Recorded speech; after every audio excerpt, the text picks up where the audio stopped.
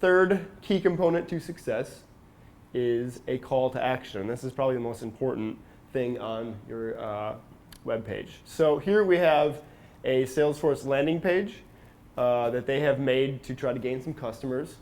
This is the call to action over here. What they're asking the person landing on this page to do is to sign up to get a quick guided tour of the Salesforce platform using what, first name, job title, email. I personally wouldn't ask for all that stuff, but Salesforce is a lot bigger brand, so they can ask for more information from you. And if you're going to have a call to action, you're going to need supporting copy that tells the user why they should give you their data in exchange for whatever you're offering. And Kevin's going to go into some of the things that get offered. There's also click-through calls to action. So these are actually more of like a homepage website.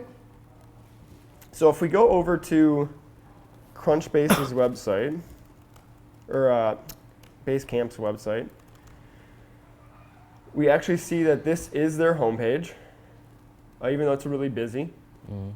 And so on click-through landing pages, there are multiple calls to action, and the goal is to educate the customer on your platform so that when they get to the buying option, they're informed about the decision and they can make a decision on whether they want to commit to you or not.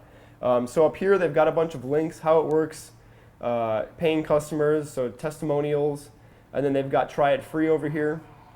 If we scroll down, they've got another call to action where you can sign up for 30 days. Down here, they've also got a bunch of links that are probably linking. No, they actually link away from their page, which is interesting. I would link deeper into my page if I were them. And then they've got show us how Basecamp works. Down here, they've got a bunch of other links, like, hey, we've got a podcast, we've got our blog, we've got this, deeper links into their company.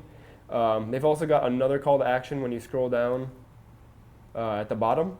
So this is an example of a click-through page. It's the Salesforce one is just one page with one call to action, a singular call to action.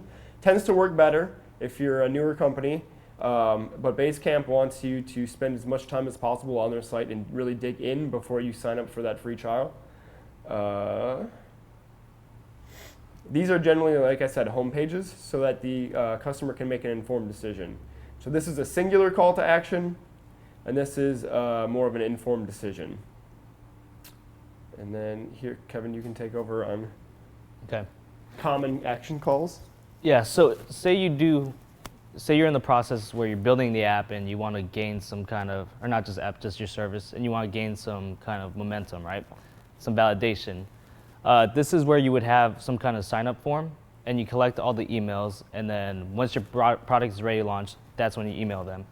So that's really common to have there. And then you can also have a download link if your product is out.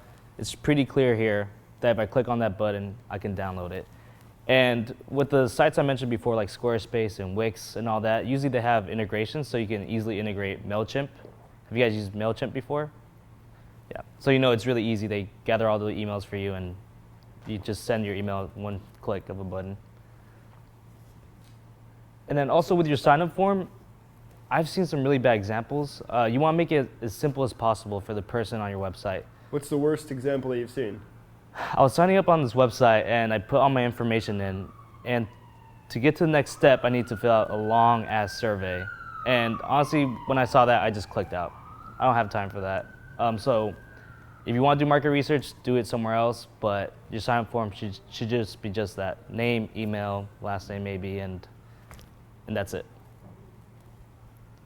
Does anyone used MailChimp for list management? Like everyone uses MailChimp? Yeah. Does anyone not use MailChimp? What do you use?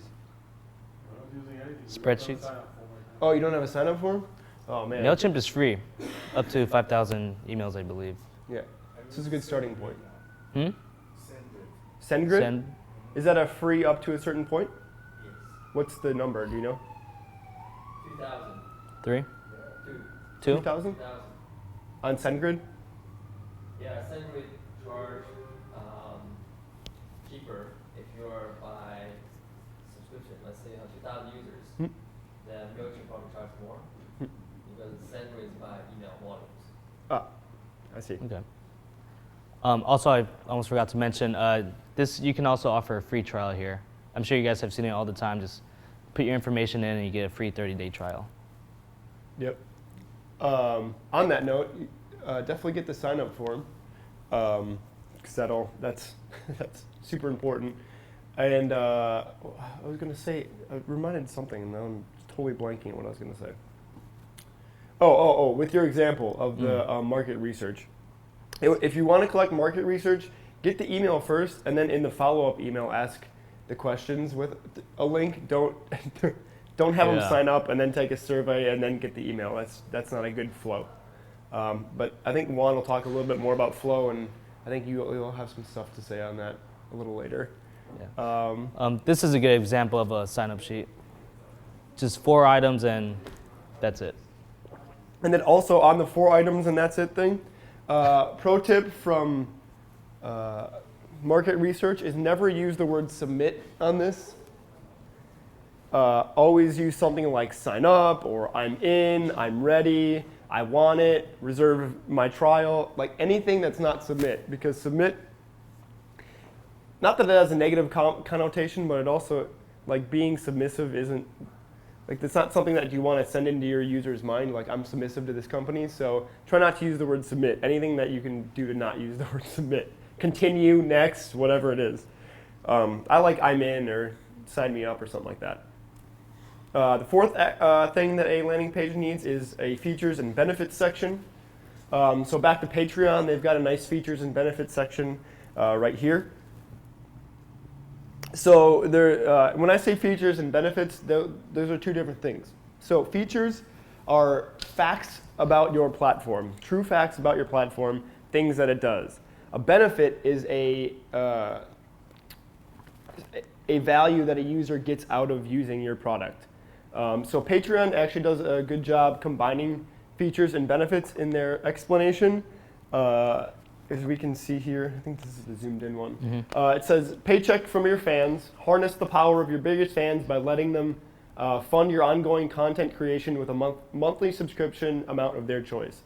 So this right here and these ones are kind of more of like the benefit. So you get a paycheck from your fans, that's value that you're getting. Freedom to create more, so that's value you're getting. You can be more creative in your work. Give your patrons special stuff. Another value that you're getting through the platform. And then with here, it says harness the power of your biggest fans by letting them fund your ongoing content creation. So if that is a feature of the platform, you know that you're letting your fans fund you through this platform. So if you can kind of combine your features and your benefits into statements like that, it's a lot more effective, and it kind of shows what they're going to get from signing up with you. Right, and just like that, try to keep it just to 1 sentence.